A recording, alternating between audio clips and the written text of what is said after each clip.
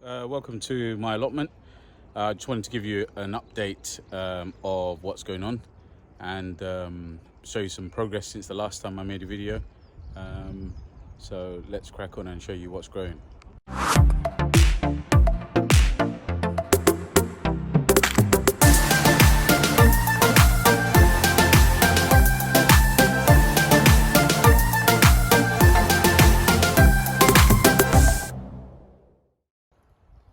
So you can see the beans here on this trellis here. The beans are doing okay. Sometimes they get attacked by slugs, as you can see.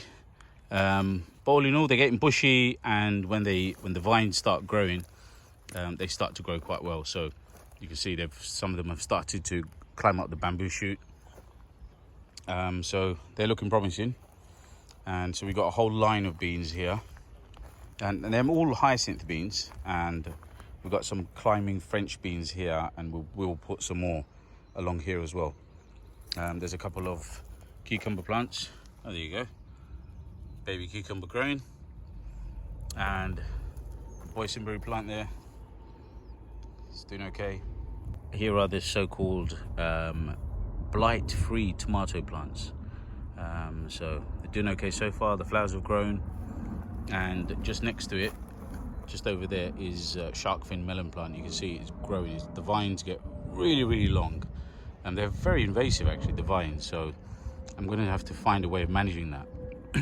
And alongside here, we've got all these chili plants. So there's a few green chili stroke Thai chilies and some sweet peppers. So these 4 plants here are the sweet peppers. And so far they've been okay at the allotment. Chili's not so great, but they're surviving, so let's see how that goes. Straight after that, we've got the aubergines, and I think we've got too many aubergine plants here in one row. Maybe I should have had 4 at the most, or maybe 3. I've got 3 in another row further up, but I've got 5 here. We'll see how that goes. These are dwarf French beans. My brother-in-law, he sowed these. And yeah, they're coming along. A few have been attacked by the critters. There you go. But all in all, they're surviving. And in this bed, we've got more French beans, well, dwarf beans, and then this is all radish. Let me show you some radish. They're looking good. Let's show you this one. Now that's a pretty decent size. It's a decent sized mooli. It's not bad. I'm pretty happy with this. So I'm going to keep harvesting, and what I'll do is I'll show you what I harvest afterwards. Another plot owner gave me a couple of courgette plants, so they're here. A few chili plants which are struggling to survive really. And then these are aubergine plants, just 3 in one row, so I think they'll do better. And then we've got some tomato plants which I had grown at home. I've got some more chili plants which I'd like to try out here, and a couple of tomato plants. And under the peach tree we've put some squash plants, where the idea is for them to climb the peach tree. This is my brother-in-law's idea, so let's see how that goes.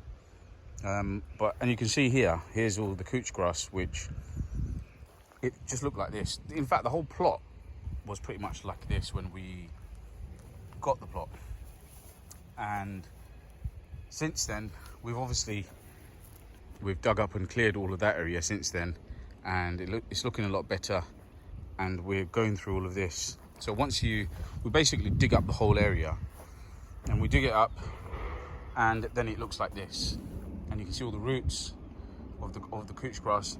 And then we pick out all the couch grass roots as much as we can, and then we sieve the soil with the shopping basket. It's a great idea, and then it looks like this. So the idea is here to make more borders along here, and yeah, we'll just make another bed or 2, and to clear the area all the way up until the end.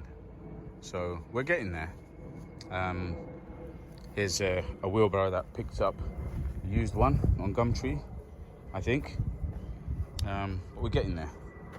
And every bit of wood that we've used here has been pretty much by salvaged wood. So we didn't pay for any of it. In fact, tell a lie, we bought 2 scaffolding boards. This one and this one we paid for. We bought for $5 each from one of the other plot owners. And other than that, every other bits of wood we salvaged. And that's how I think gardening, and especially, you know, when you're growing in allotments, how it should be. You should be as self-sufficient as possible. So it's a lot of hard work, to be honest. Hopefully next year we won't have as much work to do, because we are getting rid of all the couch grass, and we're, you know, as much of all the roots as we can, and it will just be a lot more manageable next year. You may have noticed that trellis has moved a bit. So that trellis used to start, the 2 posts at the front, those 2 posts, they were just there. So those 2 posts were on the path just there. And so we've just basically moved it along a little bit more so that we can grow in this bed. Otherwise, once the vines grow, hello Pete, once the vines grow, nothing will grow underneath it. So so that's why we moved it along. So let's see how it goes.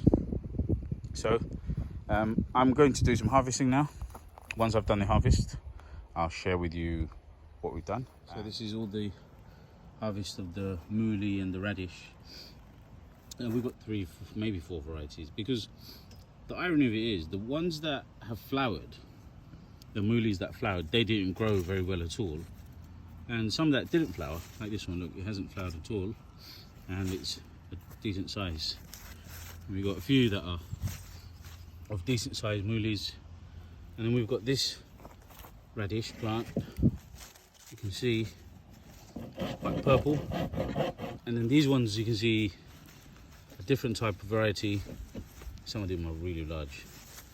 So that's what we managed to harvest, and my brother-in-law and I will be sharing this, and this is what's left. I've taken the radish and the Moolis that are growing next to each other, and since they haven't flowered, we're going to leave it here for another week or so, and then we'll just harvest the rest, because it's easier to keep it here than keep it refrigerated. So I hope you enjoyed this video. Please subscribe, give me a thumbs up, and look out for my future videos.